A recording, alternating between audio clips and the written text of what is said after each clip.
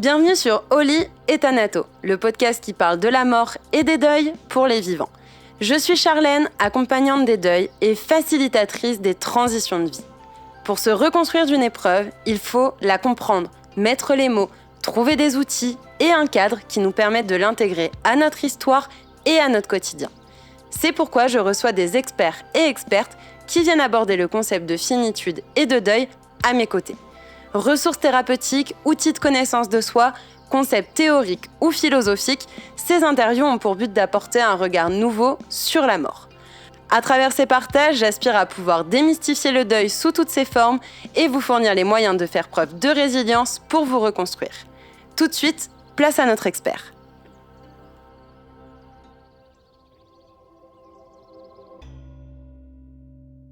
Bonjour à tous, je suis ravie de vous accueillir aujourd'hui pour un nouvel épisode. J'ai le plaisir de recevoir Céline.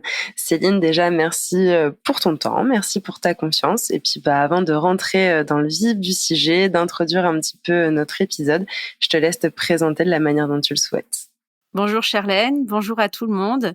Je suis Céline Bresson et pour me présenter, en fait, je vais te raconter une petite histoire. Je vais vous raconter une petite histoire qui vous permettra de mieux comprendre comment je suis devenue passeuse d'âme. En 2010, je rentrais d'un stage de développement personnel, d'un cercle de guérison plus particulièrement. Et ce cercle avait été juste fabuleux. J'y étais allée parce que j'avais une grossesse extra-utérine qui m'avait emmenée au fond du trou. Et pour m'en sortir, je suis allée faire ce cercle. Et en ressortant, j'étais tellement ouverte qu'en rentrant chez moi, je me vois encore, c'était dans le salon, c'était le soir, je méditais pour goûter encore toute cette bonne énergie que j'avais reçue. Et à ce moment-là, j'ai commencé à voir entrer des présences dans mon salon, pour ne pas dire des fantômes, et j'ai été terrorisée. Cette ouverture que j'ai vécue lors de ce cercle, eh bien, m'a ouverte jusqu'à voir dans le subtil. Et à ce moment-là, j'ai mis encore une bonne dizaine d'années pour accepter que ma fonction était là, voir dans le subtil et aider les âmes à circuler d'un monde à l'autre, du monde des vivants au monde des morts. Voilà comme ça comment je suis devenue passeuse d'âme. Au début, j'avais très peur et puis j'ai apprivoisé cette fonction. Et puis un jour, je me suis sentie prête pour accompagner les vivants et les morts dans cette aventure qu'on appelle la vie. Merci pour cette présentation. Du coup, tu as merveilleusement bien introduit le sujet de notre épisode. Tu as parlé de passeuse d'âme, tu as parlé de fantômes, pour ne pas dire des fantômes. On va parler en fait un petit peu de tous ces mondes, de ces mondes spirituels, de ces mondes subtils, de la notion d'au-delà. Et avant de réellement rentrer davantage dans le vif du sujet, c'est important pour moi de vous dire que chacun et chacune est libre d'avoir ses propres croyances. Cet épisode, il n'est pas là pour vous dire ça fonctionne comme ça et croyez à ça. Il est là pour nourrir vos réflexions, pour vous permettre de vous faire votre propre avis. Cette notion d'autonomie de la pensée, de se responsabiliser soi-même dans ses propres croyances, c'est quelque chose qui est vraiment important pour moi. Autrement dit, il n'y a pas une vérité. Pour moi, il y a autant de vérités que d'êtres humains. Et donc, si en écoutant cet échange, vous vous y retrouvez, tant mieux, et ça vibre pour vous, tant mieux. Si ça vibre pas, c'est ok. Ce qu'on vous invite, c'est peut-être juste, à rester ouvert et à prendre tout simplement ce qui résonne et laisser de côté justement ce qui ne résonne pas. On aura l'occasion d'aborder plusieurs points tout au long de cet épisode. Mais je te propose peut-être aussi de commencer par justement poser un peu les bases. Pour toi, Céline, c'est quoi un peu ces mondes? Comment tu les définirais? On a parlé de monde spirituel, monde subtil. Est-ce que tu peux nous en dire un petit peu plus? Alors, finalement, moi, dans ma lecture des choses, il y a deux mondes. Il y a le monde matériel, le monde sur Terre, le monde dans lequel on est matérialisé, on a un corps, et on peut évoluer à travers ce corps, c'est notre véhicule pour traverser la vie sur Terre. Et puis, à côté de ce monde, pas loin, il y a les mondes non matérialisés. Alors, il y en a qui disent monde invisible, il y en a qui disent monde impalpable. Moi, je dirais juste que c'est des mondes non matérialisés dans lesquels évoluent des âmes qui, elles, contrairement au monde sur Terre, ne sont pas matérialisés. Donc, finalement, si je réfléchis à la question du monde spirituel, moi, sur la question du spirituel, c'est pas un terme que j'utilise souvent, c'est pas un terme qui me parle tant que ça. Si on se place du point de vue de la religion, on va parler de l'esprit et du souffle, mais moi, ça me parle pas trop parce que moi, je suis pas versée du tout dans les religions. Mais si on se place du point de vue de la philosophie, la spiritualité, c'est quoi? Eh bien, c'est ce qui n'est pas matérialisé, c'est ce qu'on ne peut pas toucher, c'est ce qui n'est pas visible et qui pourtant, pour moi, et peut-être pour toi aussi si tu écoutes ou si vous écoutez, eh bien, c'est quelque chose de tangible pourtant. Donc au final, c'est quelque chose qu'on ne peut pas palper, on ne peut pas toucher, qui est là, mais on ne perçoit pas, ou en tout cas qu'on ne perçoit pas directement, ou qu'on ne perçoit pas avec certains sens. On peut sentir en fait. Ouais, voilà, c'est ça, qu'on ne ressent pas avec certains sens, mais qu'on peut ressentir avec d'autres. C'est intéressant d'avoir ton partage cette semaine, parce que justement, la semaine dernière, je recevais Hélène avec qui on parlait d'EMI, autrement dit d'expérience de mort imminente. Et ce sont des échanges, le tien ou celui que j'ai pu avoir avec Hélène, qui peuvent questionner en fait notre vision de la vie, notre vision de la mort, nos croyances sur la vie, sur la mort, sur l'après-vie. Tu parlais justement aussi de cet aspect philosophique dans ta définition juste avant. En fait, on va continuer un petit peu cette semaine sur ces sujets et je serais curieuse d'avoir un petit peu ta perspective, la tienne, sur ce qui se passe après la mort. Est-ce que tu crois en une forme de vie après la mort? Et puis tout simplement ce que tu as envie de nous partager sur ce point.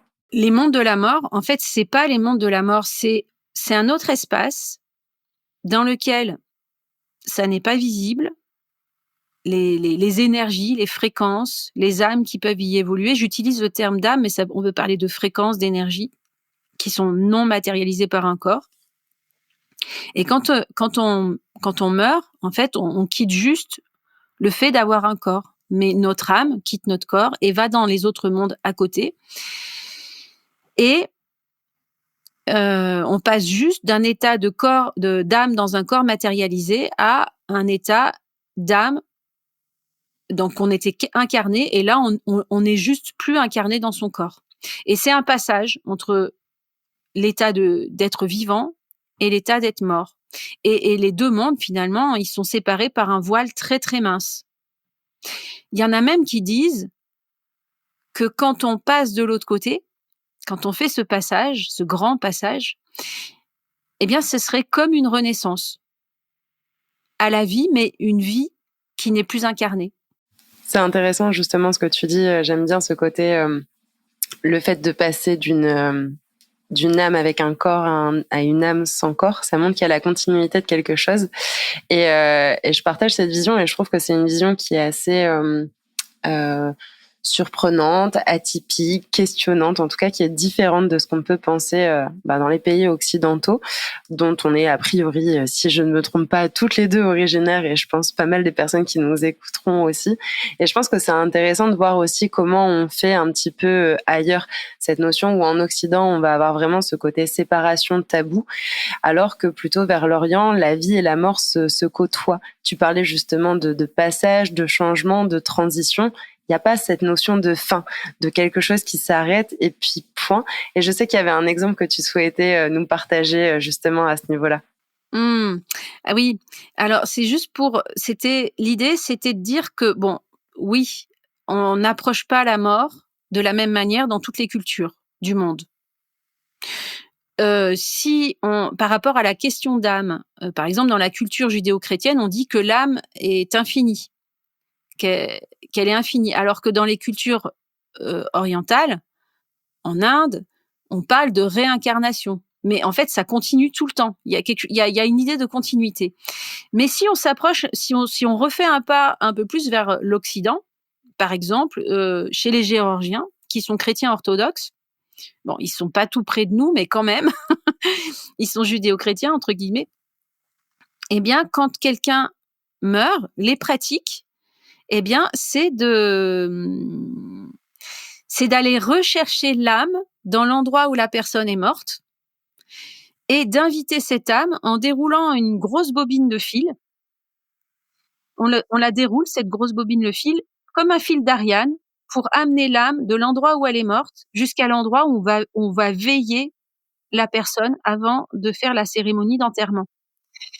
Donc là, on matérialise le fait qu'on va chercher l'âme pour pouvoir en prendre soin, pour pouvoir la veiller, pour pouvoir faire des chants. Et puis après, il y a plein de codes, hein, qui sont en lien avec les cérémonies traditionnelles en Géorgie quand quelqu'un meurt. Mais bon, là, on part du principe que, eh ben, on en parle en fait. C'est-à-dire que les vivants côtoient cet autre monde en allant chercher avec cette bobine de fil. Et puis parfois, la bobine de fil, on la déroule sur plusieurs kilomètres. Ouais, carrément. Mais ça me fait penser aussi, notamment au Mexique, à la fête des morts, justement début novembre, où la plupart des Mexicains, en fait, préparent le plat préféré des personnes décédées de leur famille ou de leurs proches et vont notamment dans les cimetières et mangent à même les tombes et dans le cimetière le repas préféré de ce défunt, tout en laissant une partie pour que, justement, dans les croyances là-bas, le défunt puisse justement déguster ce repas. Et je trouve ça vachement symbolique et je me suis toujours fait cette... notamment d'autant plus depuis que je suis sur ces thématiques-là, cette réflexion en me disant mais je trouverais ça tellement génial de pouvoir aller, et peut-être que ça changerait aussi la vision qu'on peut avoir de certains lieux comme les cimetières, et d'aller manger, je sais pas, le repas préféré. Non, alors ma grand-mère est incinérée, mais en tout cas de mon arrière-grand-mère, par exemple, qui est enterrée, ou de mes arrière-grands-parents, je trouverais ça beau et je trouverais ça plus ce côté plus festif dans la notion justement de célébration. Ça veut pas dire que c'est un moment qui est forcément avec un grand sourire, mais où il y a plus de joie, où il y a plus de sérénité, où il y a beaucoup plus de douceur. Et je pense qu'il y aura sans aucun doute un jour un épisode, et j'aimerais beaucoup pouvoir le faire, sur cette notion de rite à travers le monde, pour montrer que la vision de la mort, il y en a pas qu'une. Encore une fois, comme je disais au début de cet épisode, il y a pas une vérité, il y en a plusieurs. Et que il y a plein de rites funéraires, et je pense que c'est aussi vachement intéressant pour nous-mêmes se faire peut-être notre propre idée et les propres croyances qu'on a envie d'avoir justement sur la mort. Merci pour ce ce petit exemple. Tu voulais rajouter quelque chose? Ouais, en fait, il y a plein d'exemples. Vraiment, il y a plein d'exemples dans le monde et moi, ça me passionne ces sujets parce que, je me dis que c'est tellement triste en France quand on peut pas parler de tout ça, quand on peut pas aborder, ça de manière, un peu plus joyeuse, en fait. Parce que finalement, il y a comment dire? Dans plein de pays, la vie côtoie la mort tout le temps et même si on remonte dans l'histoire en arrière, chez les Romains, à l'époque antique, à la fin d'un repas, quand on gardait toujours un petit peu à manger, puis on jetait par terre, on faisait des libations, on jetait par terre à manger pour les âmes errantes. Donc, de tout temps, en fait, finalement, si on regarde l'histoire de toutes ces pratiques, eh bien, il y a plein d'exemples qui nous montrent que tout ça n'est pas séparé, en fait, que ça se côtoie sans cesse. Carrément. Et il y a un exemple qui me revient, exemple vécu pour le coup, notamment aux Philippines. J'étais partie en sac à dos avec mon conjoint en Philippines, et je me souviens qu'on était passé à côté d'un endroit qui semblait être simplement une maison. Et une maison qui était ouverte et où il y avait beaucoup de monde et où les gens semblaient tristes. Alors il n'y avait pas de pleurer à chaudes larmes, mais on sentait une ambiance assez, malgré tout, assez pesante, en tout cas une ambiance différente, une énergie qui était différente. Et en fait, c'est une personne, une mamie était décédée, et tout était ouvert, à l'inverse de nous au funérarium, dans les chambres funéraires où c'est quand même assez sombre, c'est quand même assez opaque, on voit pas de l'extérieur. Et ça m'avait aussi justement grandement interrogée et questionnée. J'avais trouvé ça très beau, le fait que, comme tu l'as dit, la mort côtoie la vie. Et je pense que ça nous fait un très beau lien sur cette notion de lien, de tisser entre la vie et la mort. Comme tu nous l'as dit au début de cet épisode, tu es passeuse d'âme. Et est-ce que tu peux nous dire un peu plus, qu'est-ce que ça signifie? Quels sont un petit peu les rôles? Parce que justement, comme on parle de monde invisible et de monde impalpable, alors en plus, sans vidéo et sur un podcast, c'est difficile parfois de réussir à saisir ces concepts, ces idées, ces croyances et ce qu'il en découle. Alors, est-ce que tu peux nous mettre un petit peu de clarté sur tout ça? Alors, être passeuse d'âme, c'est quoi? C'est aider les âmes à passer de la vie à la mort et de la mort à la vie. C'est-à-dire que, c'est une naissance à chaque fois, dans un sens ou dans l'autre. Quand une âme passe de la mort à la vie, on va l'aider à venir s'incarner dans son corps de bébé, par exemple. Donc, le passeur d'âme, il peut intervenir lors d'une naissance d'un bébé pour favoriser la descente de l'âme de l'enfant à naître dans son corps. Et sachant que pendant toute la grossesse de la maman, eh bien, l'âme, elle va faire des allers-retours pour aller rencontrer sa mère ou par des rêves, pour commencer à rentrer en contact avec le corps de sa mère. Ça va faire un peu comme un yo-yo. Et puis, au moment de la naissance, l'âme va décider de descendre complètement ou pas. Des fois, au dernier moment, elle est plus d'accord. Mais du coup, le rôle du passeur d'âme, c'est de l'aider à faire ce chemin-là. Si c'est dans l'autre sens, eh bien, le passeur d'âme va aider une personne en fin de vie. Alors moi, j'aide pas ce passage de la fin de vie à la mort. Même si je l'ai fait avec ma mère il y a 1 an et demi, c'était complètement exceptionnel, mais j'étais là le jour de sa mort. Mais en général, moi, je travaille plutôt quand il y a une personne qui est décédée et de l'autre côté, cette personne a du mal à trouver son chemin pour quitter les plans terrestres et se rendre dans des plans plus élevés dans lesquels son âme va continuer à évoluer. Donc moi, mon rôle, c'est d'aider à faire ces passages. C'est d'aider les défunts à quitter les plans terrestres pour aller vers des mondes plus subtils, plus élevés. Parce que quand l'âme, à un moment donné, elle se libère, enfin quand quelqu'un décède et que cette personne est de l'autre côté, il y a toujours un temps entre deux où l'âme va avoir besoin de retourner voir des personnes de sa famille importantes ou des amis importants, des lieux importants. Et puis après, quand elle sera prête, eh bien, ou par ses propres moyens, elle va réussir à monter au-dessus. Ou alors, elle a besoin d'un passeur d'âme pour l'aider à s'élever, parce que le passeur d'âme va l'aider à déposer ce qu'elle a encore à déposer en termes d'émotions, en termes d'histoires non résolues. Et puis après, hop, l'âme, elle va pouvoir repartir. Je trouve ça intéressant justement cette notion de passeur. En fait, elle fait écho au côté passage, et on pourrait se dire, un passeur d'âme, c'est pour les âmes qui sont décédées uniquement. Enfin, je pense que c'est beaucoup peut-être la croyance qu'on peut en avoir et la pensée qu'on peut en avoir, et de dire le passeur d'âme, il aide les personnes qui sont décédées à aller vers autre part, vers quelque chose qui est impalpable, vers ailleurs, sans d'ailleurs savoir toujours définir ce qu'est cet ailleurs.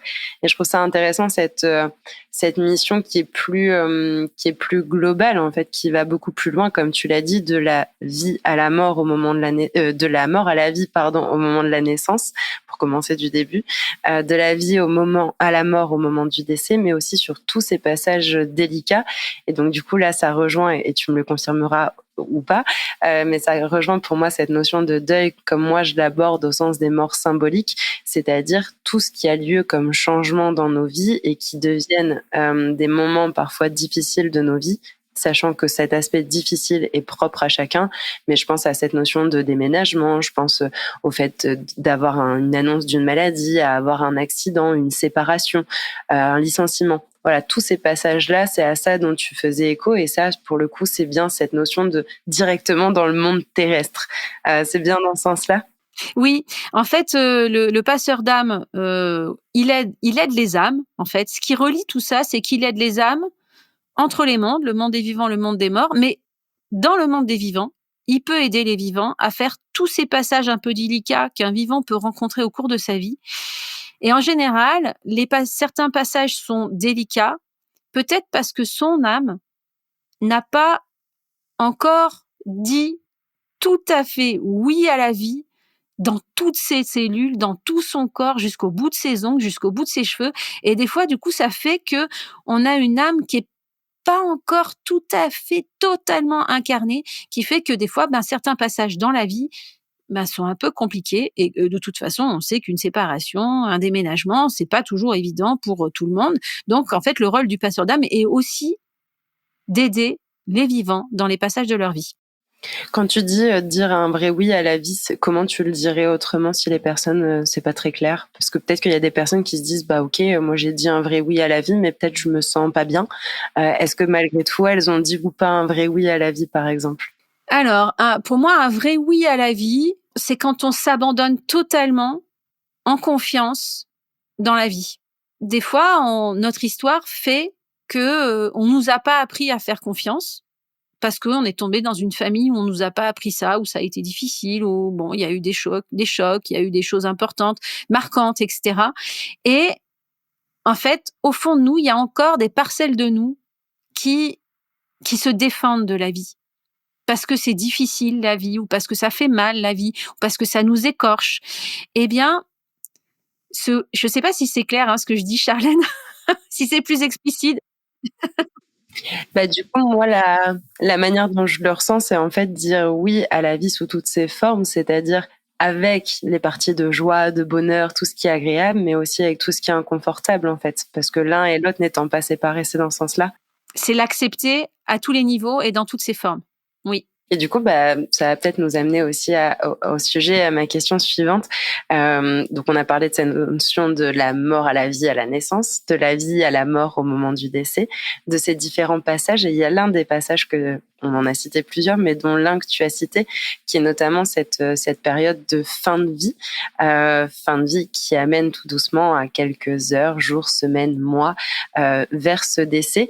Quelle est peut-être la responsabilité ou les responsabilités ou les missions justement du passeur d'âme à ce moment-là? Oui. Alors la responsabilité du passeur d'âme à ce moment-là, pour une personne en fin de vie, moi je l'ai expérimenté avec ma mère, donc je vais vous parler de cette expérience-là. En fait, j'ai tout simplement déjà, c'est d'expliquer à la personne, mon rôle, c'est d'expliquer à la personne ce qui va se passer de l'autre côté. C'est-à-dire parce qu'on est tellement dans une société où on croit, pour beaucoup, qu'il y a rien après, que moi qui crois qu'il y a quelque chose, et puis dans beaucoup de cultures du monde, on croit qu'il y a quelque chose, on se sent le devoir d'expliquer et d'accompagner là-dedans pour que l'âme de l'autre côté ne soit pas perdue. C'est-à-dire, on va lui expliquer que même que la personne soit consciente ou inconsciente, on va lui expliquer. Enfin, moi, c'est ce que je ferai. Je lui explique que de l'autre côté, elle aura une période, comme je l'expliquais tout à l'heure, d'entre-deux où elle pourra encore, alors qu'elle a plus de corps, et ce sera plus facile du coup, aller voir les gens importants dans sa vie pour être à côté d'eux, leur transmettre des messages, que ce soit par des rêves, par de la télépathie, par des intuitions. Des messages importants, résoudre des affaires non résolues, retourner voir certains lieux, et puis après, quand elle sera prête, parce que c'est vraiment quand elle est prête qu'elle pourra s'élever vers d'autres plans de conscience, vers des mondes plus élevés, pour que son âme se détache de cette histoire, se détache totalement de cette histoire terrestre qu'elle a eue pour cette vie-là. Donc un des premiers rôles, c'est d'expliquer ce qui se passe de l'autre côté, et puis ensuite, c'est d'aider les proches à laisser partir. Parce qu'un vivant qui ne parvient pas à laisser partir un membre de sa famille qui vient de mourir, c'est de lui expliquer que ça l'aide pas. C'est-à-dire que pendant la période de fin de vie, en fait, il y a comme des étapes qui sont franchies, une à une, et par les vivants, et par les personnes qui vont mourir. Et c'est comme ça que je l'ai vécu avec ma mère, c'est que à certains moments, je sentais, alors je vais vous parler de cette expérience-là en particulier, mais à certains moments, je sentais que ma mère, mon rôle, c'était de l'aider à partir. Et puis, il y avait plein de parties de moi qui voulaient la retenir. Parce que je lui avais pas dit certaines choses. Peut-être parce que elle non plus, elle les avait pas dites, ces choses. Puis qu'on n'avait pas pris le temps de son vivant pour se dire des choses. Et donc, du coup, j'ai passé du temps avec elle et je sentais que même si elle était plus consciente, mais elle était accrochée à la vie plus que par un fil, je sentais qu'elle se battait parce que je venais la voir. Et c'était fabuleux d'avoir ces échanges, même si elle était plus consciente. Donc on avait des échanges qui se jouaient à un autre niveau, au niveau de l'âme en fait. C'est-à-dire que ce que j'aurais envie de dire aux vivants qui accompagnent des personnes en fin de vie, c'est que même si la personne elle parle plus, même si elle est plus consciente, on peut avoir des échanges de cœur à cœur et d'âme à âme, parce que à ce moment-là, en fait, finalement, c'est comme si ça ouvrait des espaces, d'autres espaces, les fameux espaces non tangibles, non palpables, dans lesquels on a accès à de l'amour pur, en fait. C'est comme si les âmes, elles se rencontraient à un autre niveau, juste en étant en présence.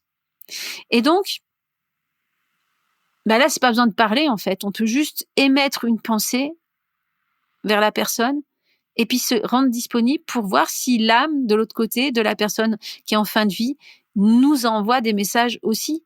Des fois, c'est des signaux tellement subtils, parfois tangibles un tout petit peu, parfois pas tangibles, mais en tout cas, ça peut être des moments hyper forts au niveau de l'amour, en fait. Je sais pas si j'ai répondu à ta question, Charlène. Si, tout à fait. J'allais te dire merci pour ce partage plus intime en tout cas et qui t'est personnel. Mais en fait, il y a vraiment dans la manière dont je le ressens et dont je le comprends, ce rôle de pédagogue, comme tu disais, le fait expliquer autant à la personne qui est en fin de vie et qui va vivre ce passage. Et donc, ce qui se passe de l'autre côté, comment ça va être, qu'est-ce qui va se passer. Ça fait écho encore une fois au partage d'Hélène avec l'EMI dans la semaine dernière. Ça me fait écho aussi au Bardo Thodol dans le bouddhisme, où justement il y a ces différents passages, ces différents bardos. Et qu'est-ce qui s'y passe? C'est le fait de le savoir en amont, ou en tout cas d'en avoir certaines notions, si ces croyances font sens pour soi. Je le répète, c'est important. En fait, d'être d'une certaine manière, on n'est jamais totalement préparé, mais on est pré-préparé. Il y a une forme de préparation à la préparation qui peut être soutenante et qui peut vraiment aider. Et il y a aussi ce deuxième rôle, comme tu le disais, là, pour le coup, par rapport au vivant. Et ce qui me venait notamment, c'est la notion, ça fait encore une fois écho au bouddhisme, mais la notion d'attachement. Justement, tu disais le fait de ne pas vouloir laisser partir un proche, soit qui est déjà décédé, ou alors qu'il l'est pas encore. Et quand tu parlais de fin de vie, ça me faisait écho à cette notion du deuil blanc. Donc le deuil blanc, pour rappel, pour les personnes qui nous écoutent et qui ne connaissent pas, ça vient de base principalement de la maladie d'Alzheimer. Ça s'est étendu aussi à d'autres formes de maladies maintenant. Mais c'est quand votre proche est encore vivant, en chair et en os, mais néanmoins, vous ne reconnaissez plus la personne que il ou elle a été, parce que au niveau physique certes, mais c'est surtout notamment au niveau cognitif, comme dans la maladie d'Alzheimer, le lien et la relation est différente. Et il y a déjà une forme de deuil, c'est pour ça qu'on l'appelle le deuil blanc, on l'entend aussi parfois sous forme de pré-deuil, et où il y a ce lien d'attachement à la personne qu'on aime, puis au défunt, en fait, qui se transforme. Et tu l'as dit aussi dans cette notion de communication, c'est que oui, on n'a plus cette parole verbale. Enfin, en soi, nous, on peut parler, mais il va pas y avoir de réponse, il va pas y avoir de dialogue et de discussion. Mais par contre, on peut passer par cette parole du cœur, ce côté justement des sentiments, cette parole de l'âme. Et donc là, qui fait écho à ce que tu disais avec les mondes invisibles, en fait. Et là, je rajouterais justement, dans ces étapes de fin de vie, il y a quand même quelques paroles qu'il est souhaitable, ou c'est une invitation à les dire, pour justement aider la personne en fin de vie à s'acheminer vers le passage. C'est de lui dire merci, de lui dire je t'aime, de lui dire aussi je te pardonne et je me pardonne dans ce que nous avons pu échanger, relationner ensemble tout au long de cette vie. Et puis le dernier mot, c'est adieu. Ça, tous ces termes-là, c'est moi qui l'ai vécu avec ma mère. Là, je l'ai dit, et ça peut être une vue de l'esprit, mais quand on les dit en situation, ça prend une dimension incroyable. Et c'est de pouvoir autoriser l'autre aussi à partir. Enfin, quand tu me parles Bien de sûr. ça fait écho au moment où ma grand-mère est partie en juillet dernier, où justement, la dernière fois que je l'ai vue, je savais que je la reverrais pas vivante. Et je lui ai dit, mamie, t'as le droit de partir. Reste pas pour moi, reste pas pour nous, et tu as le droit de partir. Et je lui ai fait mon adieu, mais en tout amour, en toute sérénité. Ça n'enlève pas la tristesse, encore une fois, comme je le dis très souvent dans ces épisodes. Mais il y a la tristesse qui nous accable, et il y a la tristesse qui est naturelle. La tristesse qui nous accable, c'est celle pour laquelle, pour moi, on reste parfois attaché et qui est pas sereine, qui vient vraiment nous ronger de l'intérieur, alors qu'on peut être triste de manière naturelle parce que ça reste une émotion parmi tant d'autres et qu'elle a un message, et que je pense que dans ces moments-là, c'est aussi tout à fait normal, justement, d'être triste. Et justement, peut-être pour passer à l'un des autres rôles ou l'une des autres missions, ou peut-être l'un des autres types de missions que peut avoir un ou une passeuse d'âme, il y a cette notion parfois qu'on parle d'âme bloquée, justement dans le passage de la vie à la mort, que je ne dise pas de bêtises et que je me trompe pas et que je le mette pas dans l'autre sens.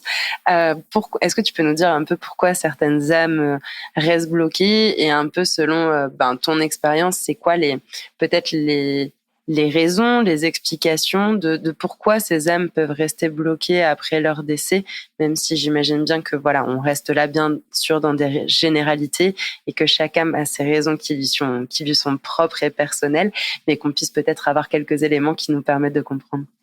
Alors, souvent, ce qui revient quand une âme est bloquée, c'est parce qu'elle a eu une mort brutale. Donc, elle n'a pas eu le temps de comprendre qu'elle était passée de l'autre côté, et comme le voile entre la vie et la mort est hyper fin, eh ben, elle se voit encore vivante alors qu'elle est plus matérialisée. Ça, donc ça peut être une mort brutale d'une maladie qui arrive hyper vite, un accident, ça peut être, tout ce qui arrive trop vite. Et du coup, l'âme, elle n'a pas le temps de comprendre ce qui se passe.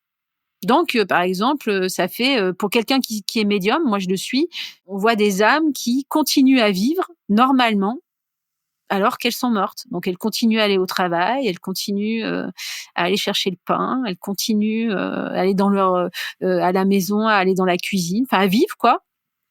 Mais elles savent pas qu'elles sont mortes parce qu'elles ont pas compris. Donc, d'où le rôle de pédagogie.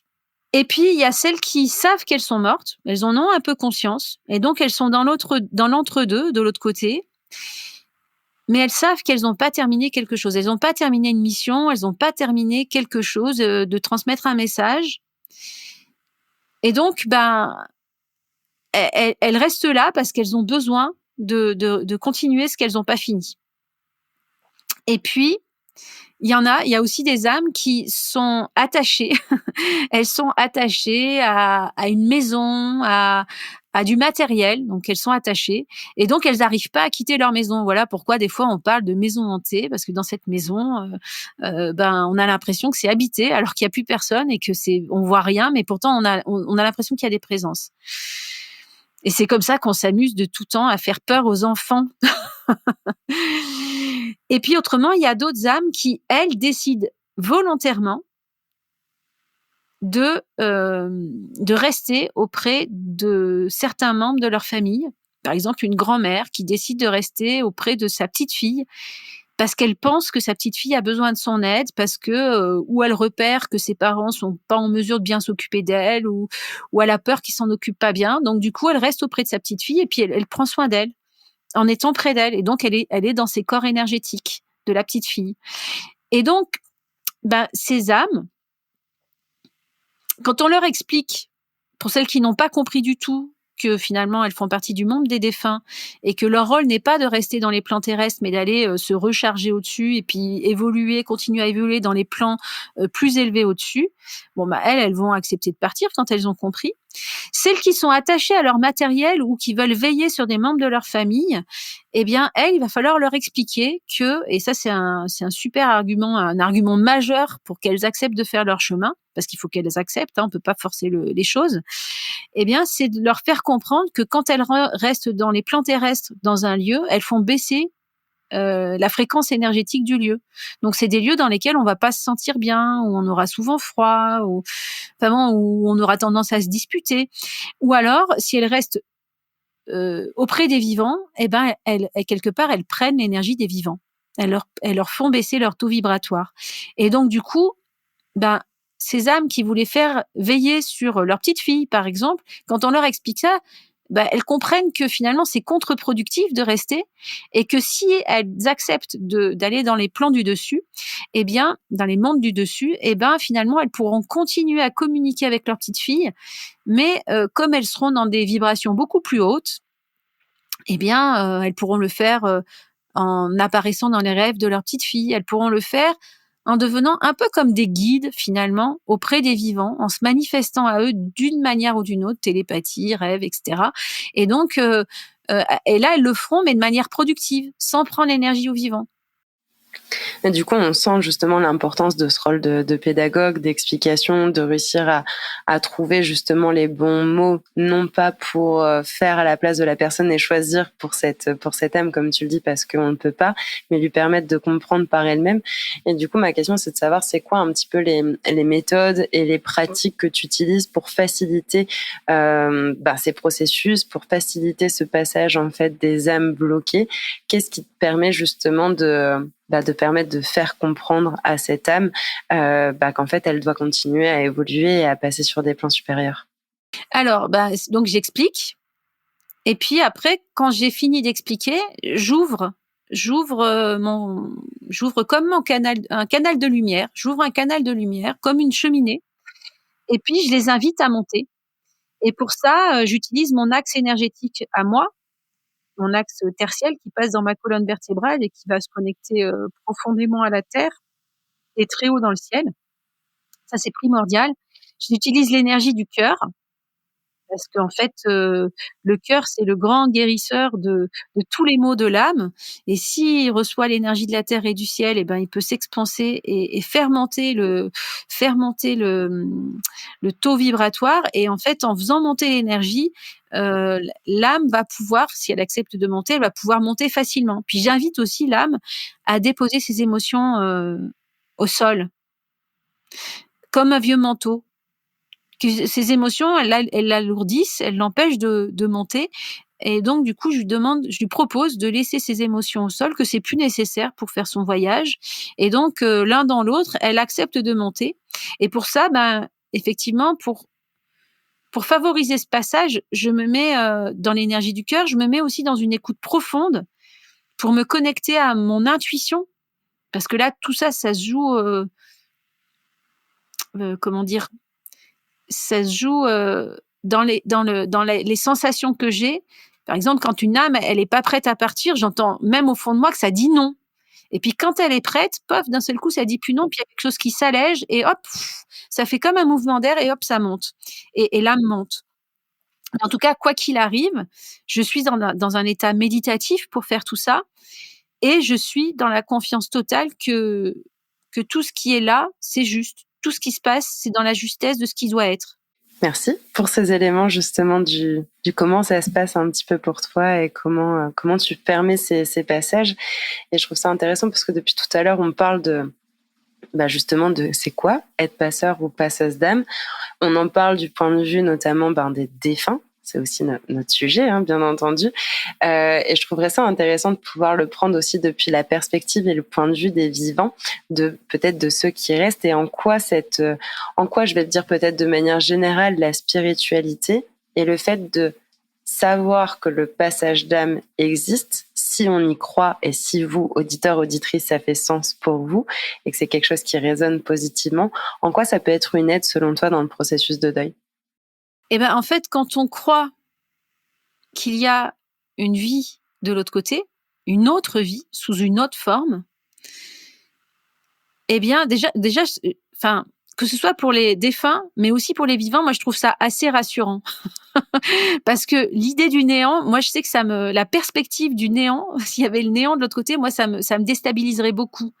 Et du fait qu'on puisse imaginer qu'il y a une vie au-delà, de l'autre côté, ça permet aussi, et là je dis ça pour les vivants, mais pour moi c'est rassurant.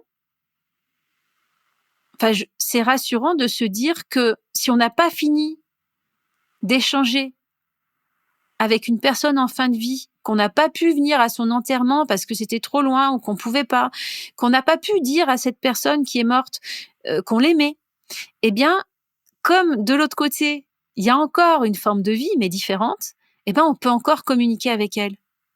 On peut encore lui lancer des messages. Et c'est possible. Je sais que moi, j'accompagne des personnes quand je fais un soin énergétique et que une personne n'a pas fini son deuil par rapport à une grand-mère où elle aurait pas pu aller à l'enterrement, je convoque l'esprit de cette grand-mère pour qu'elle puisse échanger ensemble et qu'elle puisse, la personne vivante, lui dire son amour et lui dire son regret de pas avoir pu être à l'enterrement. Et puis, en fait, ça fait un échange qui fait qu'après, ça détend et ça permet au vivant de se dire qu'il a terminé ce qu'il avait à faire, que c'est pas irrémédiable, s'il a pas pu être là ou s'il a pas pu dire son amour, etc. Et ça permet aussi au défunt ça apaise le défunt aussi, pour faire son chemin. Alors, croire en la vie après la mort, c'est sûr que c'est sûr que c'est pas donné à tout le monde, hein. Ça, c'est vrai, hein. C'est une croyance. Alors, on y adhère, on n'y adhère pas. Mais en tout cas, d'un point de vue un peu plus scientifique, il y a un médecin psychiatre qui s'appelle Olivier Chambon, qui a écrit un livre qui s'appelle, sur la vie après la mort. Et lui, ça fait plusieurs décennies qu'il étudie tous les témoignages du monde entier sur pour prouver que la conscience survit à la mort. Et donc, il étudie tous les témoignages et les récits de vivants qui ont été en contact avec des défunts après coup. Il étudie tous les témoignages également de ceux qui ont eu la prémonition d'une mort annoncée pour quelqu'un de leur entourage, par rêve ou par se réveiller la nuit et avoir l'info que tout va bien pour la personne, sauf qu'en fait c'est le moment où la personne décédée vient informer le vivant que tout va bien, sauf qu'elle est morte, quoi. Mais tout va bien quand même. Donc il y a des contacts et en fait dans ces études, il fait apparaître que un quart des vivants ont déjà eu un contact avec un défunt dans leur vie. Il y a un quart des vivants qui ont ce type de contact. Puis après,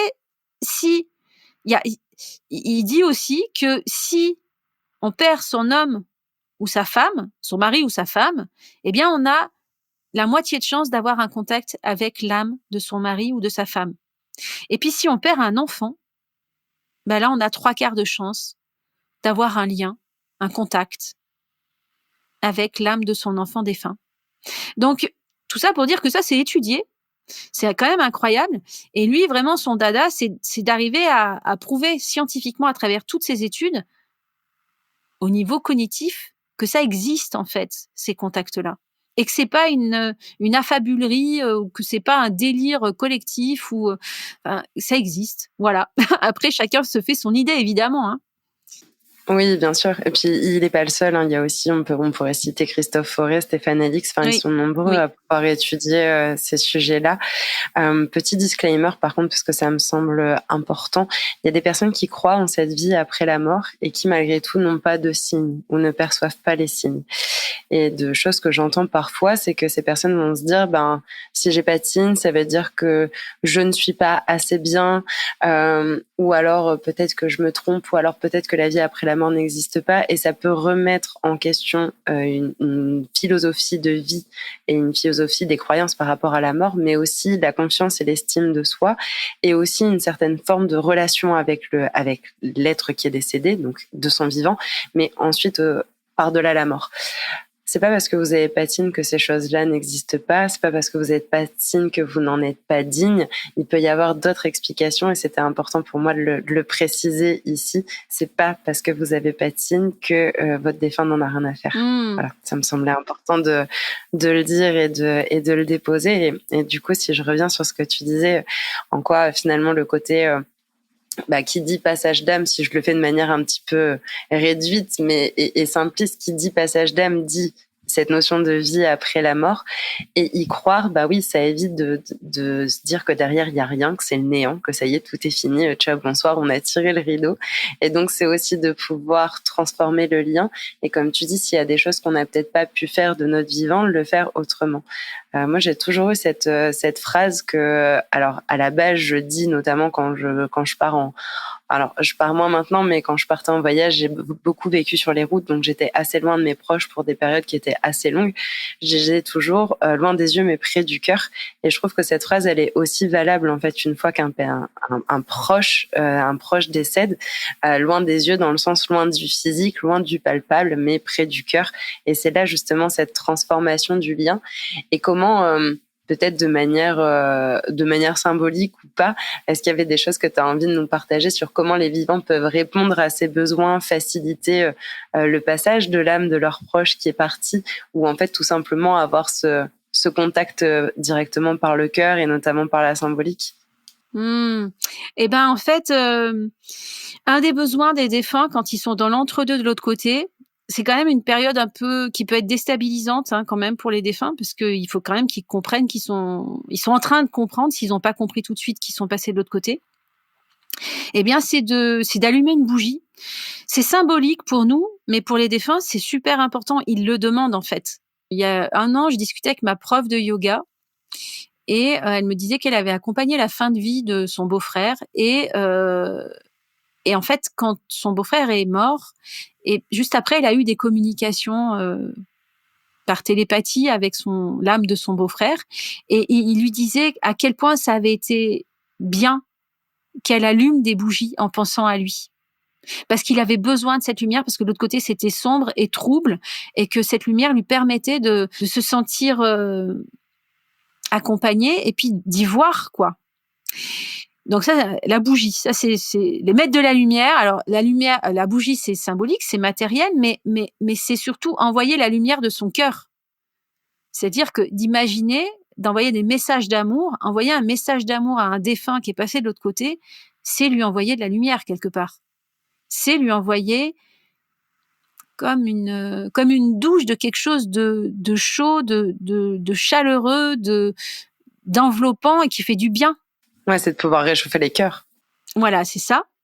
Et effectivement, tout à l'heure, tu disais que pour ceux qui croient dans la vie après la mort et qui ne reçoivent pas de signes, eh bien moi, j'aurais envie de dire à ces personnes, pour les rassurer, vous croyez que vous ne recevez pas de signes.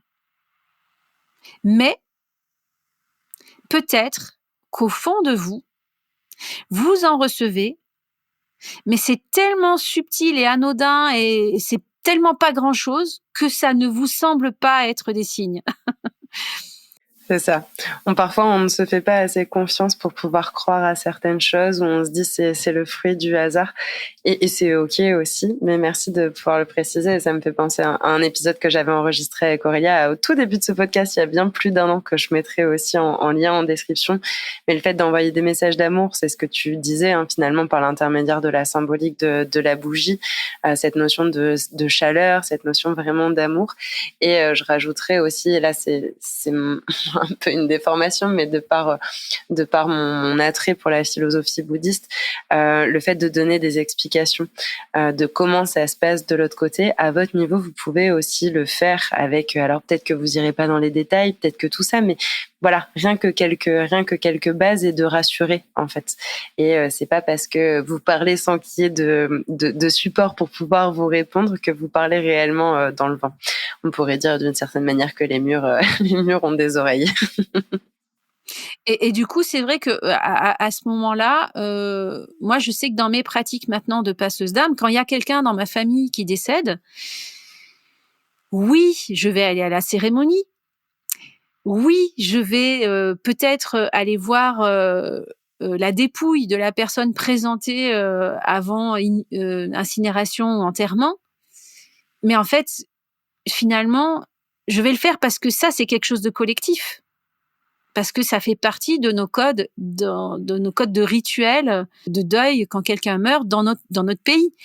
Mais surtout, ce que je vais faire, moi, quand j'apprends que quelqu'un est mort ou que quelqu'un est en train de passer de l'autre côté, je vais mettre une bougie, je vais penser très fort à cette personne, je vais me connecter, je vais essayer de convoquer son image dans ma tête.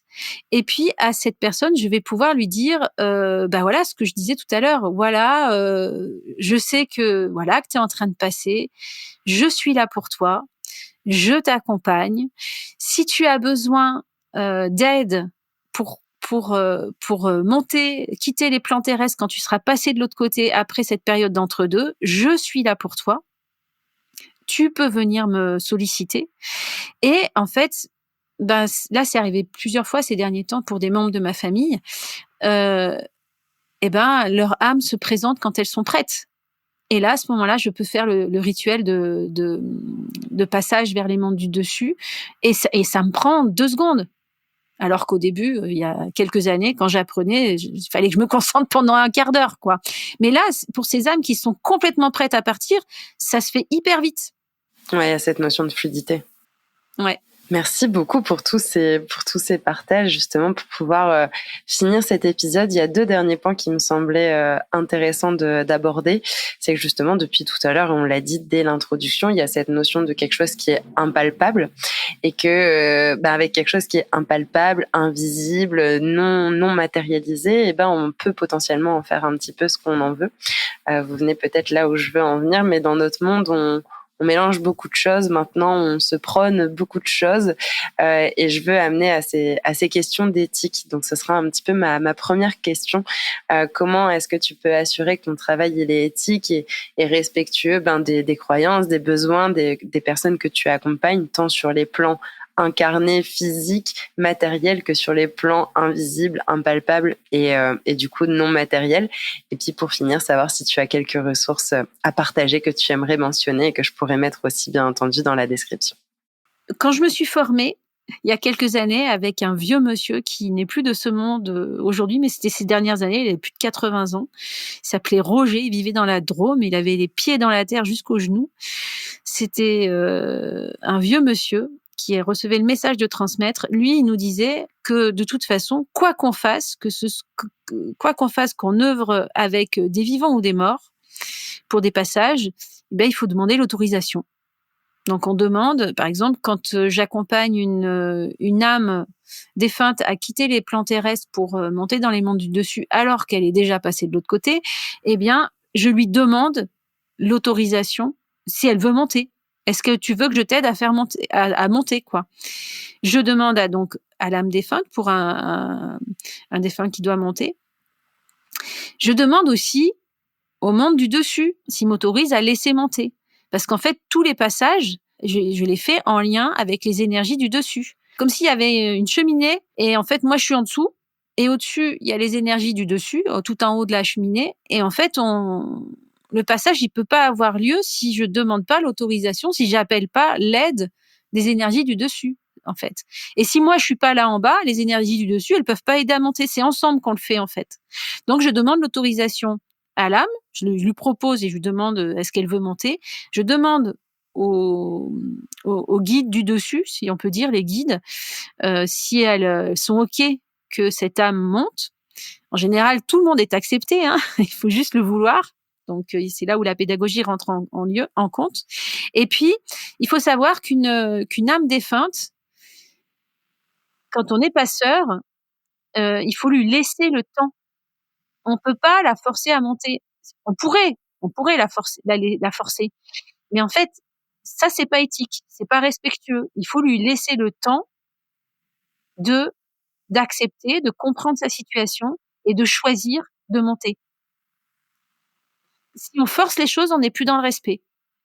Ouais, c'est vraiment autorisation et libre arbitre en fait. Ouais, c'est ça. Et donc pour ça, pour savoir si je suis autorisée, moi j'utilise mon pendule et je demande, si je travaille avec un vivant, ou un mort, je demande si je suis autorisée à faire cette étude ou à faire, le diagnostic ou à faire ce passage.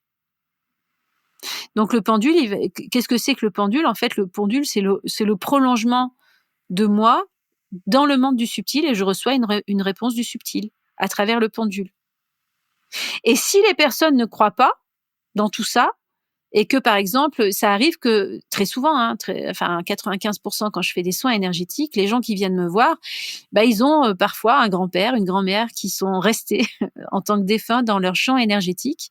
Et donc, là, quand je dois dégager un vivant de la présence d'un défunt dans ses champs énergétiques, en général, quand il y a un défunt dans tes champs énergétiques, dans vos champs énergétiques, c'est qu'il veut prendre soin de vous. C'est pas par malveillance. La plupart du temps, c'est très rarement par malveillance.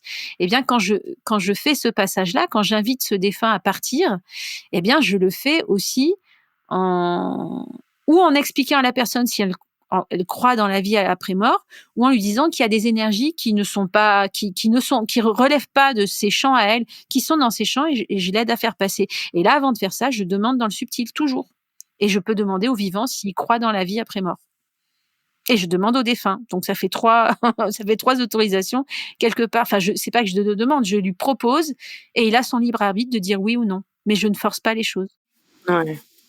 C'est important, ce respect du libre arbitre et cette notion d'éthique, et ça me semblait important de finir là-dessus justement, et puis encore une fois que chacun puisse se faire confiance avec son propre libre arbitre aussi, de savoir vers qui ou vers quelle personne, vers quel passeur ou passeuse d'âme vous avez envie d'aller, si tel était, si le besoin en tout cas s'en faisait ressentir. Et du coup, est-ce qu'il y avait des ressources que tu avais envie de nous partager pour clôturer? Eh bien, il y avait ce fameux livre de Olivier Chambon qui s'appelle La vie après la mort. Pourquoi il faut y croire? C'est le sous-titre. Ouais. Et le sous-titre, c'est surtout l'épreuve scientifique de la survie de la conscience. Et donc, c'est un livre qui a été écrit par Olivier Chambon, médecin psychiatre, psychothérapeute, qui a écrit beaucoup sur la psychothérapie, sur les états de conscience modifiés, sur les expériences autour de la mort. Et donc, ce livre, il peut éclairer,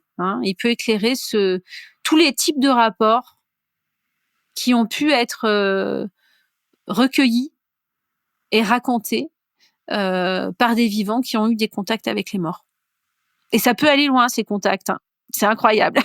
Ouais, mais j'en mettrai d'autres aussi. Je mettrai d'autres ressources pour que, si les personnes souhaitent aller creuser ce sujet, s'y intéresser et s'en faire leur propre avis, qu'elles puissent avoir aussi d'autres supports, on va dire, que cet épisode de podcast. Et je doute pas qu'il y en a plein d'autres au-delà de celui-ci.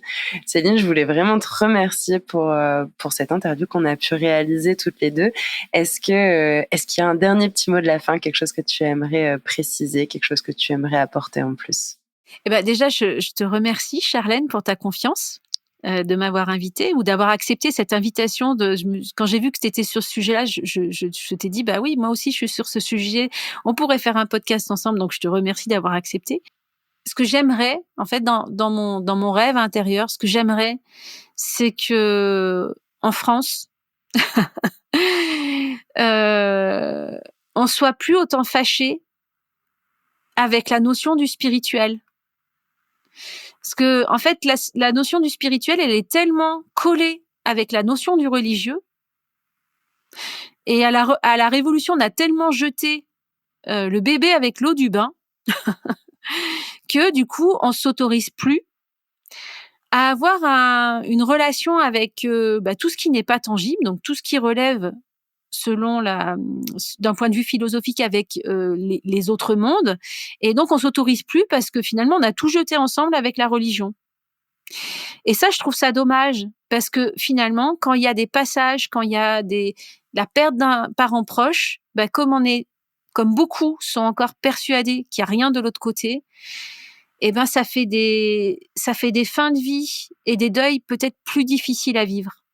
En effet, écoute, j'espère que, en tout cas, notre échange et cette interview aura pu aider à ce rêve intérieur et à ce que les personnes puissent se questionner encore une fois par elles-mêmes sur cette notion de religion / spiritualité, ou plutôt, qui sont deux choses pour moi différentes, mais en tout cas de remettre peut-être du rituel et du sacré dans nos vies quotidiennes. Encore un grand merci à toi, Céline. Avec plaisir. À très vite.